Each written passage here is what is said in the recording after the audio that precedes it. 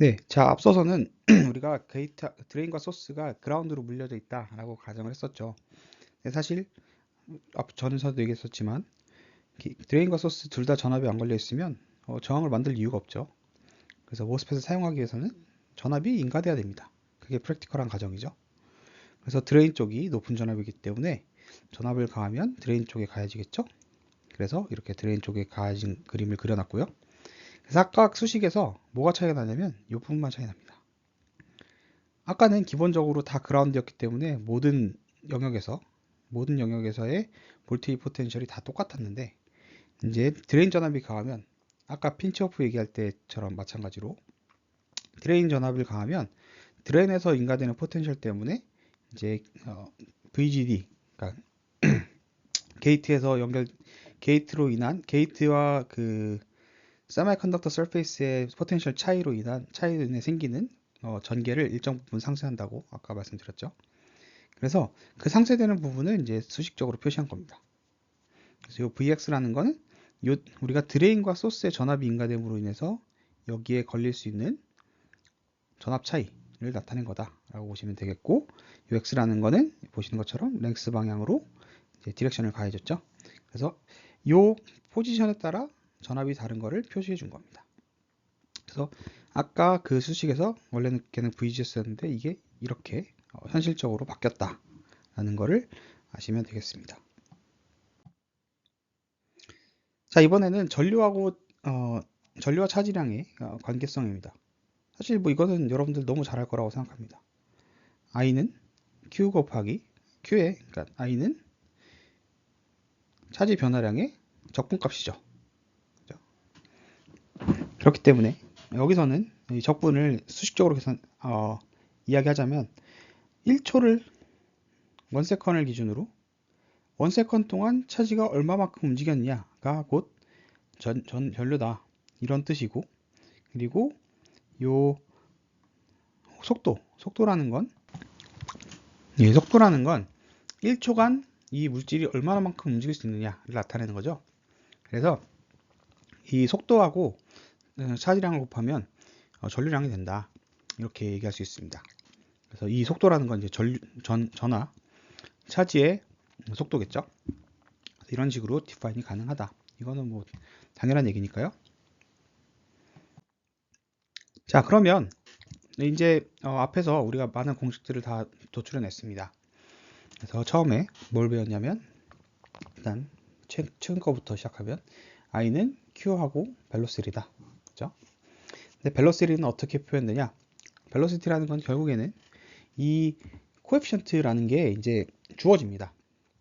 무슨 얘기냐면 전하나 전자가 얼마만큼 전압을 걸렸을 때 어느 정도 속도를 가지는지는 고정된 값입니다. 머티리얼에 따라 다르긴 한데 머티리얼에 따라 다르긴 하지만 이제 그 단일 머티리얼 안에서 고정된 값입니다. 그래서 그 속도와 전압과의 비례성을 우리는 뮤라는 모빌리티로 디파인을 했습니다. 그래서 이거는 어떻게 보면 데피니션이다. 그죠? 어디서 주어지는 게 아니라, 유도되는 게 아니라. 그래서 이 속도를 여기다 곱해주고, 그 다음에 Q는 앞에서 배웠던 요 수식 기억나시죠? 그래서 이렇게 곱해주면 얘를 적분하고 나면 깔끔하게 이런 수식이 됩니다. 여러분들 이 수식은 외워주셔야 됩니다. 제가 엔간하면 수식을 외우라는 얘기는 잘 안 하는데 앞으로 여러분들이 뭔가 모스펫으로 디자인을 할 거면 이 수식 정도를 계속 찾아보면 하루에도 수십 번씩 써야 되는 수식인데 이걸 외우지 않으면 계속 찾아보셔야 되잖아요. 그러면 너무 힘들기 때문에 이 정도는 외워라 라고 얘기를 합니다. 이거 외에도 수식이 하나 더 있긴 한데 이건 그 파생격의 수식이고 사실 그게 더 중요한 수식이긴 한데 이거는 뒤에서 좀 더 보도록 하겠습니다. 어쨌든 이 수식을 외워놔야 된다. 이 수식을 외우면 뒤에 외울 수식도 파생적인 성격이라서 이 수식을 통해서 이해할 수 있다를 알 수 있고요. 자, 앞에서 수식 외웠죠? 어떻게 써야 되죠? 여러분들이 외워둬야 됩니다.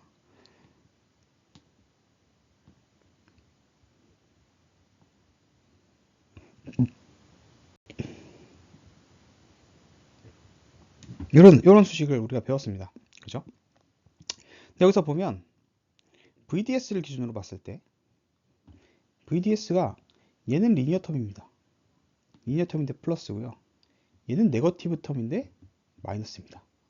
죄송합니다. 파라볼릭 텀인데 마이너스입니다. 그렇죠? 그래서 얘는 당연히 여러분도 잘 알겠지만 제곱 텀이 더 빠르게 증가하죠. 그렇기 때문에 처음에는 올라가는 듯 하다가 이 제곱 텀이 도미넌트가 되는 순간부터 다시 네거티브 방향으로 가는 수식을 가지게 됩니다. 그렇죠? 그래서 우리가 이 수식을 그대로 그려 넣으면 이 그래프가 되는 거죠. 근데 세상 어떤 물질도 인가되는 전압을 증가했을 때 전류가 감소하는 물질은 없습니다.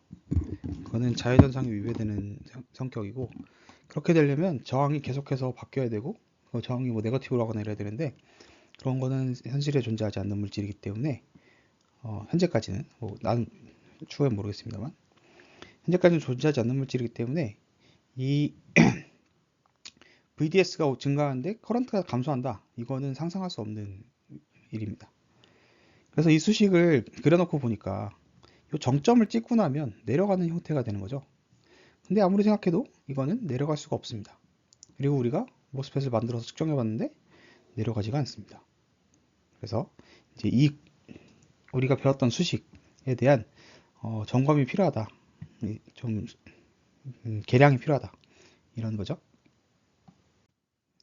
네, 여러분들 슬라이드 기준으로는 요 순서가 좀 다를 텐데요. 이게 뒤에 두 장 뒤에 있는 슬라이드를 앞으로 가져온 건데, 자, 그래서 우리가 아까 얘기했던 것처럼 이런 식으로 원래 그려져야 되는데 수식을 봤을 때, 근데 그건 말이 안 되잖아요. 그래서 가만 보니까 이 측정을 하다 보니까 VDS가 올라감에 따라서 처음에는 이 수식을 따르는데 얘가 정점을 찍고 나면 그 다음부터는 내려가는 게 아니라 일정하게 유지된다는 걸 확인했습니다. 측정한 결과. 그래서 우리는 얘의 동작 영역을 두 개로 나눴습니다. 첫 번째 수식, 아까 봤던 그 첫 번째 수식으로 이해될 수 있는 공간을 우리는 트라이드 리전이라고 부르기로 했고요. 그 다음에 그 수식으로 해석이 안 되는 부분을 세츄레이션 리전이라고 부르기로 했습니다. 그래서 이 세츄레이션 리전과 트라이드 리전이 언제 일어나느냐? 그럼 아까 그 수식이 정점에 도달하는 시점, 그 시점인데, 그 시점이 언제냐면 VGS-VTH가 VDS랑 같아지는 지점입니다. 그래서 이 기점을 근거로 뒤로는 세츄레이션 리전, 이거보다 낮으면 트라이드 리전으로 부릅니다. 우리가 리전을 나눠놓은 이유는 다시 한번 얘기하지만 동작하는 근거 수식이 다릅니다. 그래서 동작하는 특성도 다르고요. 그렇기 때문에 얘네를 두 개의 리전으로 나눠놨습니다. 근데 요 VGS-VTH는 VDS다. 이 수식 뭔가 익숙합니다. 뭘까요? 자, 우리가 핀치오퍼가 일어나면 어떻게 된다 그랬죠? VG하고 원래 VG가 VTH만큼 빠진 게 원래 이펙티브하게 걸려서 얘가 인버전 레이어를 형성해야 되는데, 우리가 드레인 전압을 가하면 드레인 전압이 VG를 일정 부분 상쇄함으로써 이제 어느 순간이 되면 이 VG-VT 이게 VG-VD가 VTH보다 작아지는 순간이 오면 핀치오프가 생긴다고 앞에서 배웠습니다. 자, VD로 인한 포텐셜 캔슬레이션이 VTH보다 작아지게 돼요. 그로 인해서 VTH보다 작은 양의 전기가 인가되면 인버전 레이어가 생기지 못해서 핀치오프가 된다. 이걸 앞에서 배웠습니다. 그때 이 수식을 풀어서 보면 이거랑 같습니다. 그죠? VGS라는 건 VG-VS고요. VDS라는 건 마찬가지로 VD-VS입니다. 얘네 둘은 상쇄가 되고요. VG-VTH는 VD다. VG-VD는 VTH다. 이거랑 같죠? 그래서 사실 우리가 만들었던 수식이 왜 적용이 안 되냐면, 이 트라이드 리전에서 우리가 처음 만들었던 수식을 여러분들이 기억하겠죠, 당연히. 그 수식을 만들 때를 돌이켜보면 채널 전반에 차지가 분포되어 있다는 가정이 들어가 있습니다. 그렇기 때문에 우리가 인테그레이션을 했던 거고. 근데 핀치오프가 발생하면 그 가정이 틀립니다. 차지가 없죠. 그 디플레이션 리전 근처에. 그래서 그 가정이 틀리기 때문에 이 수식이 맞을 리가 없는 거죠. 그래서 핀치오프를 지나고 나면 더 이상 그 수식에 의존되는 게 아니라 이 피크에 달했던 그 전압, 전류가 피크에 달했던 그 전류가 그대로 유지되는 현상을 가지게 됩니다. 그리고 그런 걸 우리는 세츄레이션 리전이라고 부른다. 그래서 세츄레이션 리전에 대한 건 결국 핀치오프가 일어난 리전이다 라고 보시면 되겠습니다. 그래서 뭐 이걸 핀치오프가 일어났을 때 전류가 왜 안 증가하냐, 뭐 이거에 대해서 여러분들이 뭐 자유롭게 상상할 수 있겠지만, 뭐 쉽게 생각한다면 핀치오프 일어나도 결국에 그 저항량의 변화는 없다 이렇게 보시면 되고, 저항량이 없는 이유, 저항의 차이가 없는 이유는 뭐 디플레이션 리전에서는 차지가 빠르게 움직이기 때문이다. 이런 식으로 그냥 대충 이해해도 크게 문제는 없을 것 같습니다. 디바이스 피직스를 하는 게 아니기 때문에 여러분들이 이 현상을 어떻게 이해할 거냐를 더 중요하게 생각해야 되는데, 사실 여러분 핀치오프라고 이렇게 얘기는 하지만 실제로 우리가 거기를 뭐 까보거나 뭐 전류의 흐름을 눈으로 볼 수 있거나 이런 게 아니잖아요. 그래서 대부분이 모든 게 다 우리가 관측할 수 있는 편린적인 현상을 바탕으로 다 가정을 하는 거죠. 이걸 이렇게 만들면 이렇게 이해될 수 있어, 이런 거거든요. 그래서 사실 여러분들이 막 책에 있는 그대로를 이해한다고 해도 그게 정답이라는 보장은 세상에 없습니다. 나중에 하다 보니까 우리가 이게 사실 아니었어 하고 바뀌는 경우도 많았고, 그렇기 때문에 뭐 이런 눈에 보이지 않는 현상을 가정하거나 이해하는 데 있어서 꼭 책에 있는 답을 따를 필요는 없습니다. 여러분들이 생각하는 그런 상상력을 좀 발휘해서 여러분들이 상상하는 그 모델을 하나 만들어 보고, 그 모델이 잘 적용되고 잘 이해가 된다 그러면 그렇게 이해하면 됩니다. 어차피 이걸 어떻게 이해하는지를 남한테 설명할 길은 없거든요. 그렇기 때문에 여러분들이 자유롭게 상상해 주면 좋을 것 같고, 어쨌든 우리가 팩트만 보자면 VDS를 증가시켜도 전류가 증가하지 않는 부분이 들어간다. 그 세츄레이션 리전이라고 부른다. 이 정도만 알면 충분합니다.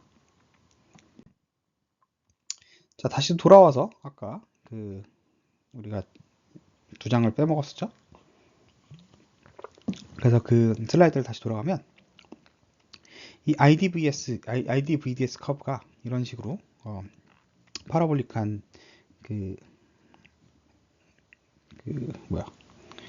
그래프를 구성하는데, 그 피크점은 VGS에 따라서 각각 다르다. 그리고 VGS 따라 다르기 때문에 전류량이 다르다.